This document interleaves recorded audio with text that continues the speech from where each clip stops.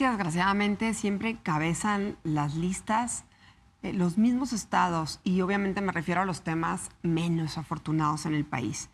Me refiero a la atención a la muerte, a la atención a la salud, y aquí en particular, bueno, a la seguridad en todos los temas, Cándido, pero aquí particularmente hablando también de la atención a tiempo en estas emergencias que mencionan y a la muerte en la salud materna. Sí, a nivel nacional sí, sí, desgraciadamente sigue habiendo estados, sobre todo como sabemos en otros indicadores de salud y como bien comentas, en el sur del país que suelen estar en la cola, ¿no? Digamos, de la evolución positiva en este sentido digamos, de mejores noticias al respecto de la disminución de mortalidad materna.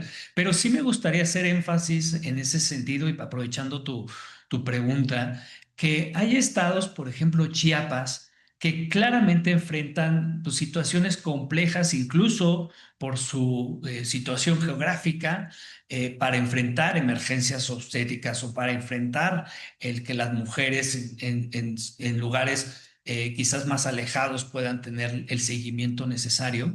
Pero hay medidas para que eso podamos resolverlo. Y hago el énfasis de Chiapas porque si bien no tiene una mortalidad materna que podamos presumir, ni mucho menos, Chiapas está incorporando, por ejemplo, la partería profesional o la profesionalización de la partería para que digamos, estos servicios que ya ocurren dentro de muchas comunidades estén lo suficientemente capacitados para atender estas situaciones de emergencia. Inclusive en el estudio hablamos, por ejemplo, también del estado de Guanajuato. Guanajuato es un estado que afortunadamente hoy podemos decir que ha hecho las cosas lo suficientemente bien en la coordinación entre instituciones, en la respuesta rápida, en la red necesaria para atender la salud materna y sobre todo las emergencias obstétricas que evidentemente repercuten en que hoy Guanajuato, por ejemplo, sea uno de los estados referentes en la disminución de muerte materna. ¿Y qué tan confiables, maestro Cándido Pérez, son las cifras oficiales de mortalidad materna e infantil en nuestro país? ¿Hay subregistro? Mira, desde hace algunos años se ha hecho especial énfasis en las muertes maternas, en cómo se registran y en cómo se monitorean y se da seguimiento para que justamente no ocurran estas situaciones que tú comentas. Hoy en nuestro país las muertes maternas pues, pasan por varios filtros. Es decir, no solamente es un registro el que se hace cuando se sospecha que una situación que quizás no fue registrada como muerte materna pudiera ser considerada una muerte materna, ya todos los estados tienen una especie de comités que dan seguimiento en particular a la muerte materna. Entonces, en ese sentido, podemos decir que se ha avanzado mucho. Seguramente sigue existiendo el subregistro, pero se ha avanzado mucho incluso a nivel estatal. ¿Y en qué momento del proceso, antes, durante o después del parto, está fallando más el sistema de salud? Pues mira, las muertes maternas, según el análisis que nosotros hicimos, ocurren en los tres momentos. Sí me gustaría hacer énfasis ahora que mencionas el periodo del embarazo, el parto y el puerperio, que cuando hablamos de emergencias obstétricas, y lo decía al principio, y las muertes que se derivan de él, no estamos hablando solamente de las muertes de las mujeres, sino también de niñas y niños. ¿Por qué? Porque muchos niños y niñas mueren en los primeros días o en las primeras semanas por una situación que no se atendió de manera urgente o emergente durante el embarazo. Entonces, muchas de estas muertes que ocurren, de estas más de 4.800 muertes que ocurren, también son de niños o de bebés que pues ya, digamos, ya habían nacido e inclusive también muertes fetales. A ver, ¿y qué papel, maestro Pérez, juega el desabasto de medicamentos, la falta de personal especializado o el traslado tardío en las muertes que pudieron evitarse? Justamente son partes centrales.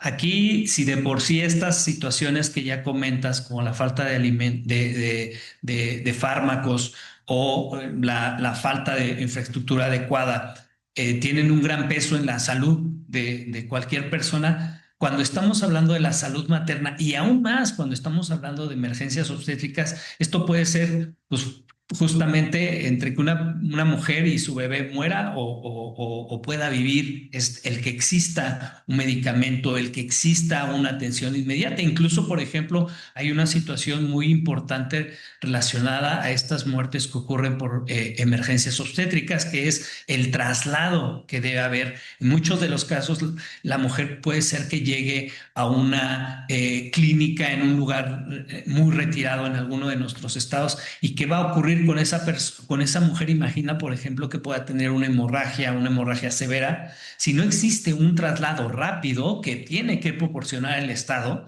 evidentemente esa mujer no va a poder llegar a otra unidad de salud que tenga las condiciones necesarias. Entonces, todos esos factores que comentaste son definitivamente totalmente importantes e imprescindibles que existan en nuestro país. Y ahí, por ejemplo, en el estudio hicimos especial énfasis en la capacidad hospitalaria a nivel estatal, y ahí vimos que los estados que tienen un mayor déficit en esta capacidad hospitalaria para atender emergencias obstétricas es el Estado de México, la Ciudad de México, Jalisco, Puebla y Nuevo León. Aunque son estados que tienen una gran capacidad en su sistema de salud, son estados también que son estados grandes en muchos de los casos, que enfrentan situaciones en las cuales las mujeres pueden no estar llegando, o puede que estén tocando las puertas de diferentes unidades u hospitales y no necesariamente se les esté atendiendo. ¿Y qué le recomiendan al gobierno federal y también a las secretarías de salud estatales a partir de estos resultados?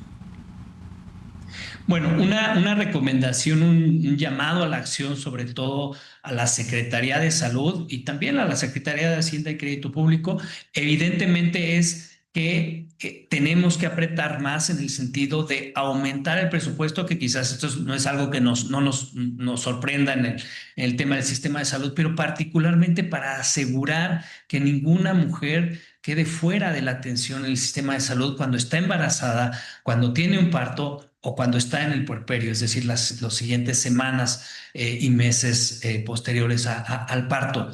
Entonces, en ese sentido, el llamado a la acción es para fortalecer los mecanismos que ya tenemos. Yo hacía énfasis en este convenio interinstitucional que se firmó desde el 2009, y que desgraciadamente, pues la mayoría de las unidades de salud no son parte de ese convenio. Entonces, una de las cosas muy importantes es que tenemos que convertir ese convenio en una red nacional obligatoria para la gran mayoría de las unidades de salud que tienen capacidades para atender estas emergencias obstétricas.